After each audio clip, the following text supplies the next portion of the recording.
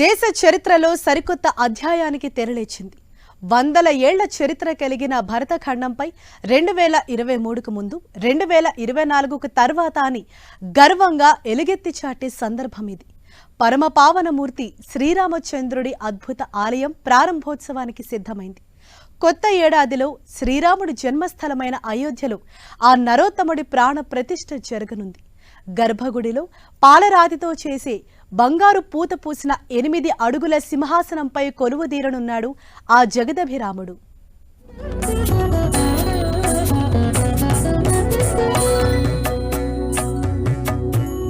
శ్రీరాముడి పాలనలో ధర్మం 4 పాదాలపై నడిచిందని చెబుతూ ఉంటారు. అంతటి మహనీయుడి దివ్యమైన ఆలయ నిర్మాణం ఆయన జన్మస్థలమైన అయోధ్యలో రూపుదిద్దుకుంది. ప్రపంచంలోనే అత్యంత ప్రత్యేకమైన శైలితో చిరకాలం పరిడవిల్లేలా ఈ ఆలయ నిర్మాణం చేపట్టారు. ఉత్తరప్రదేశ్ రాష్ట్రం ఫైజాబాద్ జిల్లాలోని అయోధ్యలో నిర్మితమైంది ఈ ఆలయం.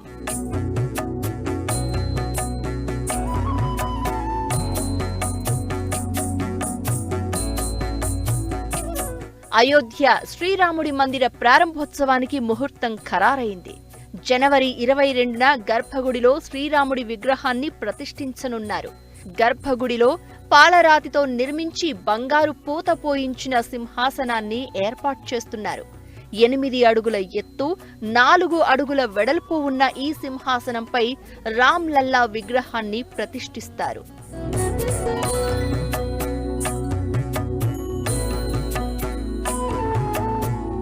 శ్రీరామ విగ్రహ ప్రతిష్టాపనకు వారం రోజుల ముందు నుంచే వైదిక ఆచారాలు ప్రారంభమవుతాయి. జనవరి 22న శ్రీరాముని విగ్రహ ప్రతిష్టాపన జరుగుతుంది. ఆ రోజున మధ్యాహ్నం 12:29 అయోధ్య రాముడి ప్రాణ ప్రతిష్ఠ నిర్వహిస్తారు. అనంతరం గర్భగుడి వద్ద శ్రీరామ పట్టాభిషేకం జరుపుతారు. ఆ తర్వాత 48 రోజుల పాటు ఆలయంలో మండల పూజలు నిర్వహిస్తారు. రామాలయ ప్రాణ ప్రతిష్ఠ జరిగిన తర్వాత ఇచ్చే మొదటి హారతి కోసం ప్రత్యేక ఏర్పాట్లు చేస్తున్నారు. జోధ్పూర్ నుంచి 108 రథాలతో దేశీ నెయ్యిని అయోధ్యకు తీసుకువచ్చారు. దాదాపు 6 క్వింటాళ్ల నెయ్యితో పాటు హవన సామగ్రిని రథాలలో తీసుకువచ్చారు. ఈ నెయ్యితోనే రామయ్యకు తొలి హారతి ఇస్తారు.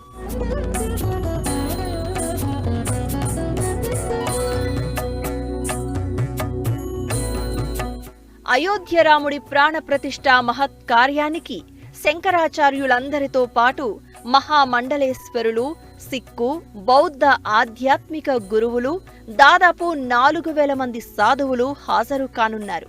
ప్రధాని మోదీతో పాటు వివిధ రంగాలకు చెందిన 2500 మంది ప్రముఖులు తరలి రానున్నారు. జనవరి 22న ప్రాణ ప్రతిష్ఠ కార్యక్రమం పూర్తయిన తరువాత మరుసటి రోజు నుంచి సాధారణ భక్తులు రామయ్యను దర్శనం చేసుకునే అవకాశం ఉంటుంది.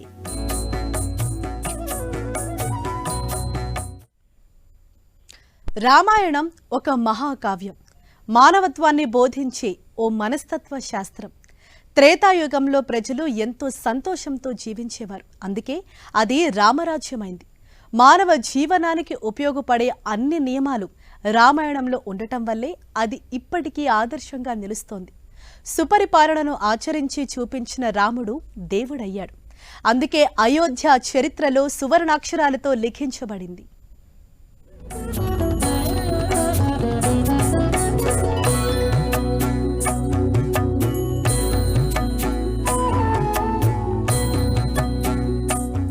సమస్త శాస్త్రాల సమ్మిళితమైనది రామాయణం. కుటుంబం ఎలా ఉండాలనేది నేర్పిస్తుంది రామాయణం. పురాణాల ప్రకారం రాముడు త్రేతాయుగానికి చెందినవారు.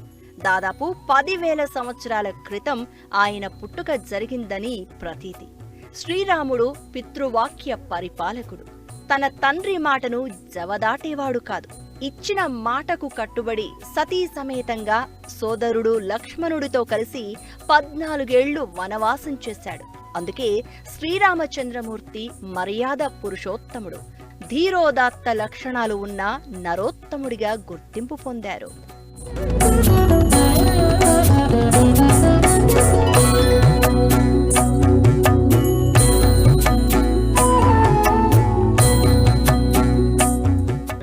బాణానికి కూడా ఎంతో విశిష్టత ఉంది. ఇది ఎంతో శక్తివంతమైంది.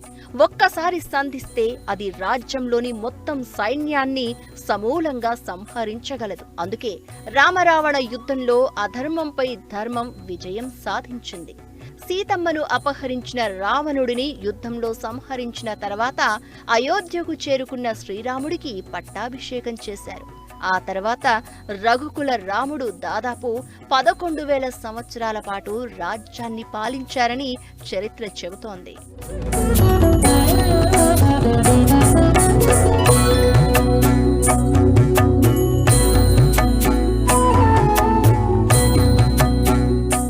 శ్రీరాముడి పాలనలో ధర్మం 4 పాదాలపై నడిచేదని చెబుతూ ఉంటారు. సంపూర్ణ శాంతి, శ్రేయస్సు కోసం రాముడు అయోధ్యను పరిపాలించాడు. తన రాజ్యంలో ఎవ్వరికీ కష్టాలనేవి ఉండేవి కాదట. దొంగతనం, కరువుల ఊసే లేదని చెబుతారు. అందుకే శ్రీరాముడి పాలనలో ప్రతి ఒక్కరూ సుఖ సంతోషాలతో హాయిగా జీవించేవారని రామాయణం ద్వారా తెలుస్తోంది.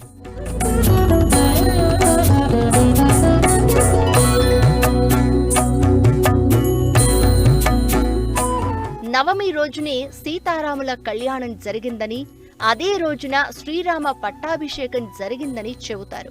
అందువల్లే దేశంలోనే కాదు విదేశాల్లో కూడా శ్రీరామ నవమి రోజున కళ్యాణం జరిపిస్తారు. ఆ రోజు ప్రత్యేక పూజలు చేయడం, కళ్యాణం నిర్వహించడం, రామ మంత్రం జపించడం వల్ల 1000 రెట్ల ఫలితం కలుగుతుందని భక్తులు విశ్వసిస్తారు.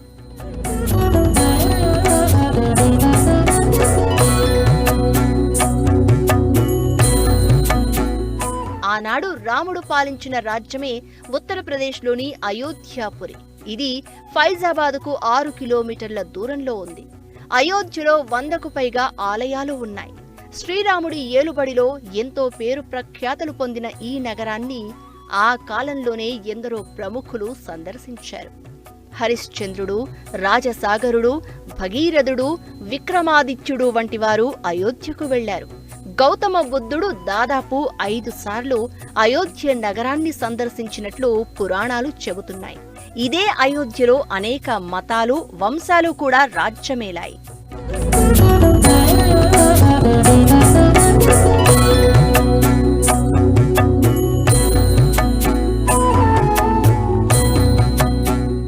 అయోధ్యకు వెళ్లిన భక్తులంతా ముందుగా అక్కడి సరయూ నదిలో స్నానం చేయడం ఆనవాయితీగా వస్తోంది. ఈ నది ఒడ్డునే ఉన్న మందిరంలో లక్ష్మణుడు కొలువు తీరాడు. దీని సమీపంలోనే నాగేశ్వరనాథ్ ఆలయం ఉంది. శ్రీరాముడి కుమారుడు కుశుడు జన్మించిన ఆలయంగా ఇది ఖ్యాతికెక్కింది. దీని సమీపంలోనే కాళేరాం మందిరం ఉంది. సరయూ నదిలో దొరికే నల్లని సీతా లక్ష్మణ సహిత రామచంద్రుడి విగ్రహాలను ఈ ఆలయంలో ప్రతిష్ఠించారు.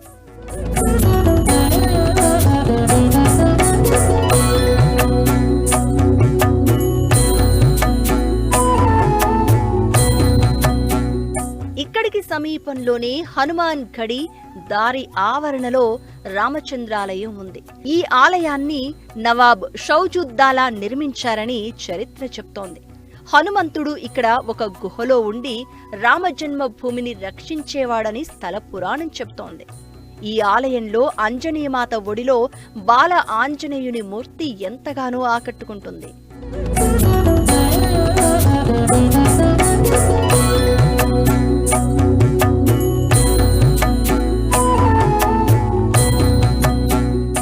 ఇక హనుమాన్ గడికి సమీపంలోనే కనక్ భవన్ ఉంది. కైకేయి మాత సీతమ్మ తల్లికి బహుమతిగా ఇచ్చిన స్థలం ఇది. అంతేకాదు బంగారు సింహాసనం ఉన్న ఈ భవనం శ్రీరామచంద్రుడి నివాస స్థలమని చెబుతూ ఉంటారు. బంగారు కిరీటాలు ధరించిన రామలక్ష్మణ సీతా విగ్రహాలు ఈ ఆలయంలో కనిపిస్తాయి. విశాలమైన ఈ ఆలయ ప్రాంగణం నిత్యం భక్తజన సందోహంతో నిండి ఉంటుంది.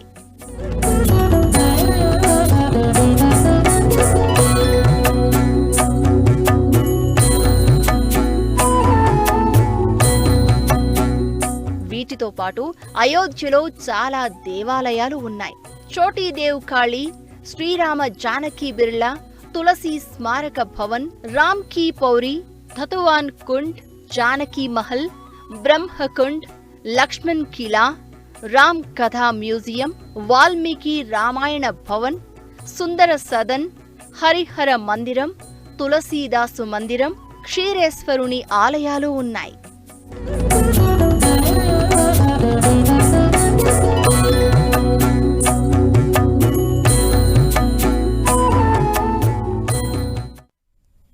వందల ఏళ్ల నాటి కళ నెరవేరింది. అయోధ్యలో రామాలయ నిర్మాణం జరిగింది. దాదాపు 500 ఏళ్ల నుంచి ఉన్న అయోధ్య ఆలయ ఆకాంక్షకు తుది రూపు వచ్చింది. ప్రపంచంలో ఎక్కడా లేని విధంగా 5 గోపురాలు, 70 ఎకరాల్లో 3 అంతస్తుల్లో 161 అడుగుల ఎత్తులో నిర్మించారు ఈ ఆలయాన్ని. 2000 ఏళ్ల పాటు ఎలాంటి ప్రకృతి విపత్తులు వచ్చినా తట్టుకునేలా నిర్మాణాలు చేపట్టారు.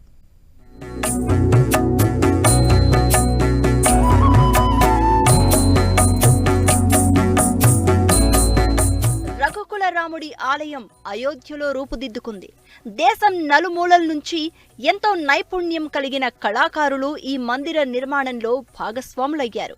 రామాలయ ప్రాంగణం మొత్తం 380 అడుగుల పొడవు, 250 అడుగుల వెడల్పు, 161 అడుగుల ఎత్తులో 3 అంతస్తుల్లో ఉంటుంది. 2 ఎకరాల విస్తీర్ణంలో నిర్మించిన ఈ ఆలయం పరిధి మొత్తం 70 ఎకరాలు.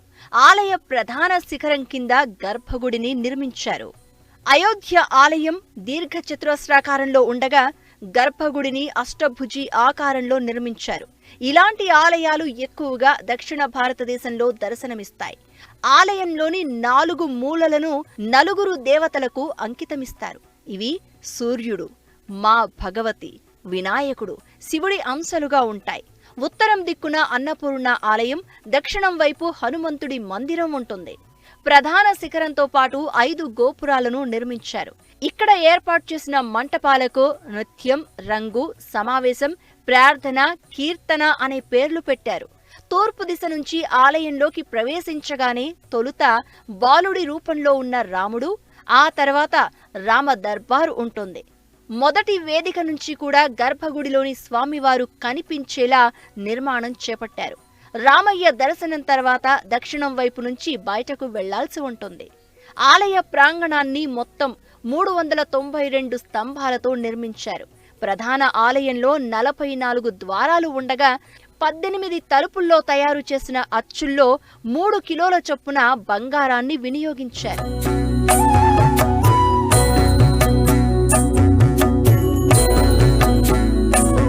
హైదరాబాదుకు చెందిన కళాకారులు, మహారాష్ట్రకు చెందిన టేకుతో మొత్తం 118 తలుపులు తయారు చేస్తున్నారు. ప్రతి ద్వారం పైన ఏనుగులు, తామర పువ్వుల బొమ్మలు చెక్కబడ్డాయి. ఆలయ నిర్మాణంలో 22 లక్షలకు పైగా క్యూబిక్ ఫీట్ల రాళ్లను ఉపయోగించారు. 17,000 గ్రానైట్ బ్లాక్స్, 5 లక్షల క్యూబిక్ ఫీట్ల పింక్ స్టోన్ వినియోగించారు. ఒక్కో అంతస్తు 20 అడుగుల ఎత్తుతో 3 ఫ్లోర్లలో ఆలయ నిర్మాణం చేపట్టారు. ఆలయ అవసరాల కోసం ప్రత్యేక వాటర్ ట్రీట్మెంట్ ప్లాంట్ నిర్మించారు. వృద్ధులు, దివ్యాంగుల కోసం ప్రత్యేకంగా ర్యాంపులు, ఆలయంలోనే హెల్త్ కేర్ సెంటర్ ఏర్పాటు చేశారు. అత్యవసర పరిస్థితులు తలెత్తినప్పుడు భక్తులు త్వరగా బయటకు వెళ్లేందుకు ఎమర్జెన్సీ ఎగ్జిట్ కూడా ఉంది. ఇక ఎలాంటి విపత్తులు వచ్చినా చెక్కు చెదరకుండా ఈ ఆలయ నిర్మాణం చేపట్టారు. ఎంత పెద్ద ప్రకృతి విపత్తు వచ్చినా 2000 ఏళ్లకు పైగా తట్టుకునేలా డిజైన్ చేశారు. 12 మీటర్ల లోతు నుంచి పునాదులు వేయడం వల్ల 6.5 తీవ్రతతో భూకంపం వచ్చినా ఈ ఆలయం తట్టుకుంటుంది. ప్రధాన ఆలయ ప్రాంగణంలోనే మరో 7 ఆలయాల నిర్మాణం కూడా ప్రారంభించారు. ఇందులో మహర్షులు వాల్మీకి, వశిష్ఠ, విశ్వామిత్ర, అగస్త్యతో పాటు నిషాద్ రాజ్, శబరి, అహల్య, జటాయువు ఆలయాలు ఉంటాయి. ఇక ఆలయ ప్రాంతంలో ఒకేసారి 25,000 మంది బస చేసేందుకు ప్రణాళికలు రూపొందిస్తున్నారు. ఇప్పటికే ఆలయం పనులు చాలా వరకు పూర్తయినా ఆలయ ప్రాంగణంలోని మొత్తం పనులు పూర్తయ్యేందుకు మరో ఏడాదికి పైగా సమయం పట్టొచ్చని అంచనా వేస్తున్నారు.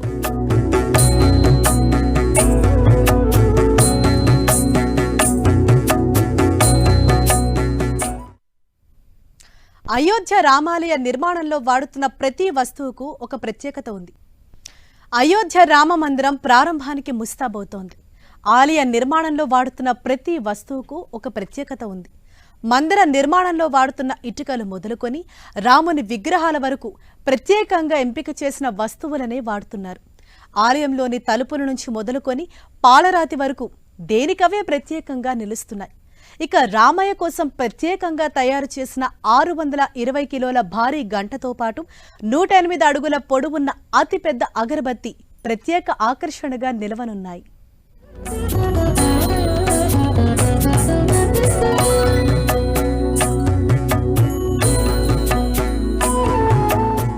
అయోధ్య రామాలయ ఆలయ నిర్మాణంలో దేనికదే ప్రత్యేకం. ప్రధాన ఆలయంతో పాటు ఉపాలయాల ప్రాంగణం మొత్తం కలిపి 118 ద్వారాలున్నాయి. వీటికి తలుపులు తయారు చేసే అవకాశం హైదరాబాద్ కు చెందిన టింబర్ డిపోకు దక్కింది. దాదాపు 6 నెలలుగా వారంతా తలుపులు తయారు చేసే పనిలో ఉన్నారు. తెలంగాణ, తమిళనాడుకు చెందిన నిపుణులు ఈ పనుల్లో నిమగ్నమయ్యారు.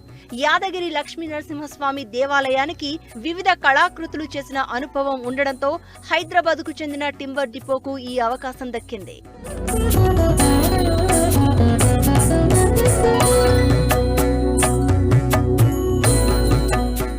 ఆలయంలోని ప్రధాన ద్వారం ఎత్తు 8 అడుగులు, వెడల్పు 12 అడుగులు. దీంతో పాటు మరో 118 ద్వారాలకు కూడా తలుపులు వీరే తయారు చేస్తున్నారు. ఇందులో 18 ద్వారాలకు బంగారు తాపడంతో తలుపులు రెడీ చేస్తున్నారు. 1000 ఏళ్ల పాటు చెక్కు చెదరకుండా మహారాష్ట్రకు చెందిన బల్హర్ష టేకును ఈ తలుపుల తయారీకి వినియోగిస్తున్నారు. ఇప్పటికే కొన్ని డోర్స్ ను అయోధ్యకు తరలించిన సదరు డిపో నిర్వాహకులు మిగతా వాటిని తయారు చేసే పనిలో నిమగ్నమయ్యారు.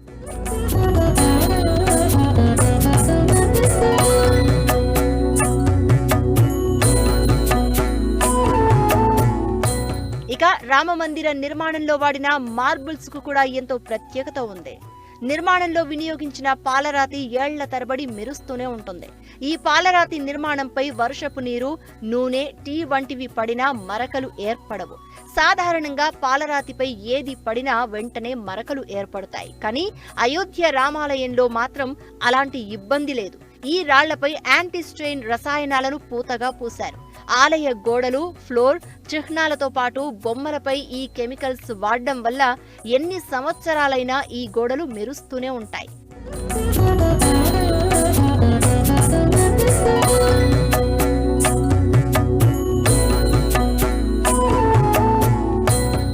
అయోధ్య రామాలయంలో 620 కిలోల భారీ గంటను అమర్చనున్నారు. తమిళనాడులో ప్రత్యేకంగా తయారైన ఈ గంటను ఆలయ నిర్మాణ పనులు పూర్తయిన తర్వాత బిగిస్తారు. జై శ్రీరామ్ అని రాసి ఉన్న ఈ గంటను 2020 నుంచి తయారు చేయడం ప్రారంభించారు. దాదాపు 400 మంది కార్మికులు రాత్రింబవళ్లు కష్టపడి దీన్ని రూపొందించారు. బంగారం, వెండి, రాగి, జింక్, సీసం, తగరం, ఇనుము, పాదరసం కలిపి అష్టధాతువులతో తయారు చేశారు ఈ భారీ గంటను. ప్రస్తుతం ఈ గంటను అయోధ్య రామమందిర ప్రాంగణంలో భక్తుల సందర్శనార్థం ఉంచారు.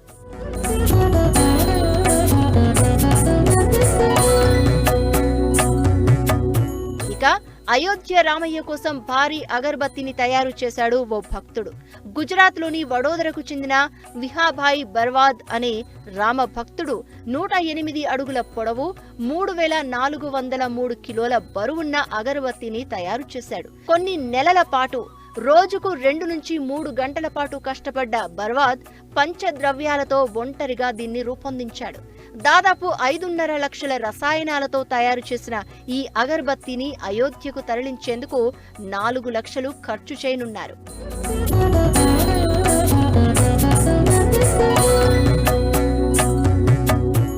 రామమందిర ప్రతిష్టాపన నేపథ్యంలో అయోధ్యను సర్వాంగ సుందరంగా ముస్తాబు చేస్తున్నారు. ఇందులో భాగంగా రోడ్లకు ఇరువైపులా సూర్యస్తంభాలు ఏర్పాటు చేస్తున్నారు. 30 అడుగుల ఎత్తులో ఉన్న స్తంభాలపై సూర్యుడిని పోలిన దీపాలను ఏర్పాటు చేస్తున్నారు. రాత్రివేళ ఈ లైట్స్ వెలిగించినప్పుడు సూర్యుడు ప్రకాశిస్తున్నట్లుగా కనిపిస్తుంది. అయోధ్యలోని ధర్మపత్ రోడ్డులో 40, లతా మంగేష్కర్ చౌక్లో 20 స్తంభాలను ఏర్పాటు చేశారు.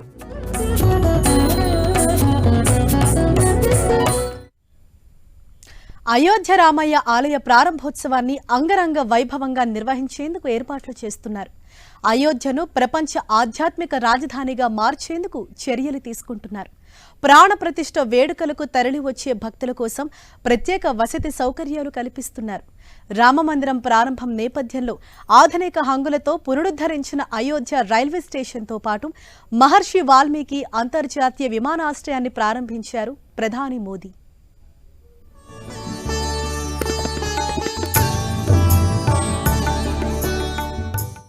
అయోధ్య రామాలయ ప్రారంభోత్సవం కోసం పకడ్బందీ ఏర్పాట్లు చేస్తోంది రామ జన్మభూమి ట్రస్ట్. ప్రాణ ప్రతిష్ఠ రోజున వచ్చే భక్తులకు ఎలాంటి ఇబ్బందులు కలగకుండా ప్రత్యేక చర్యలు చేపడుతోంది. అయోధ్యలో చాలా చోట్ల డేరా నగరాలను నిర్మిస్తూ భక్తులకు వసతి సౌకర్యం కల్పిస్తోంది. రామాలయ ప్రారంభం నేపథ్యంలో దేశ విదేశాల నుంచి వేలాది మంది భక్తులు తరలివచ్చే అవకాశం ఉంది. ఈ క్రమంలోనే యూపీ ప్రభుత్వంతో పాటు ఆలయ ట్రస్ట్ ప్రత్యేక ఏర్పాట్లు చేస్తోంది.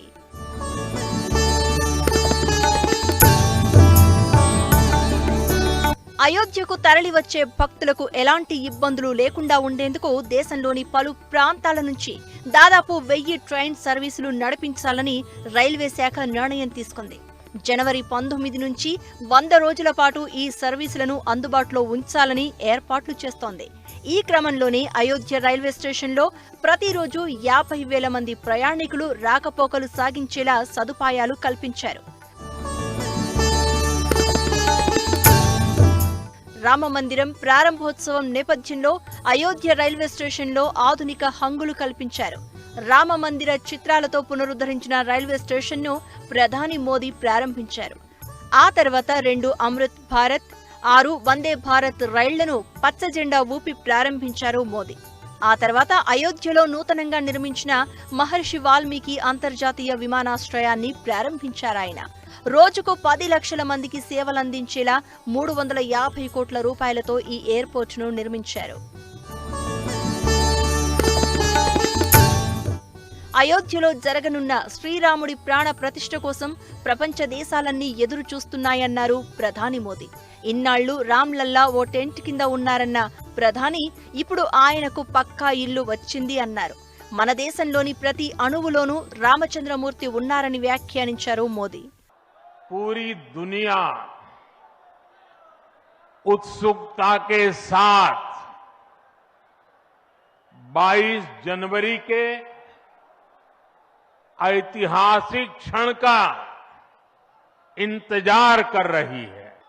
भारत की मिट्टी के कण कण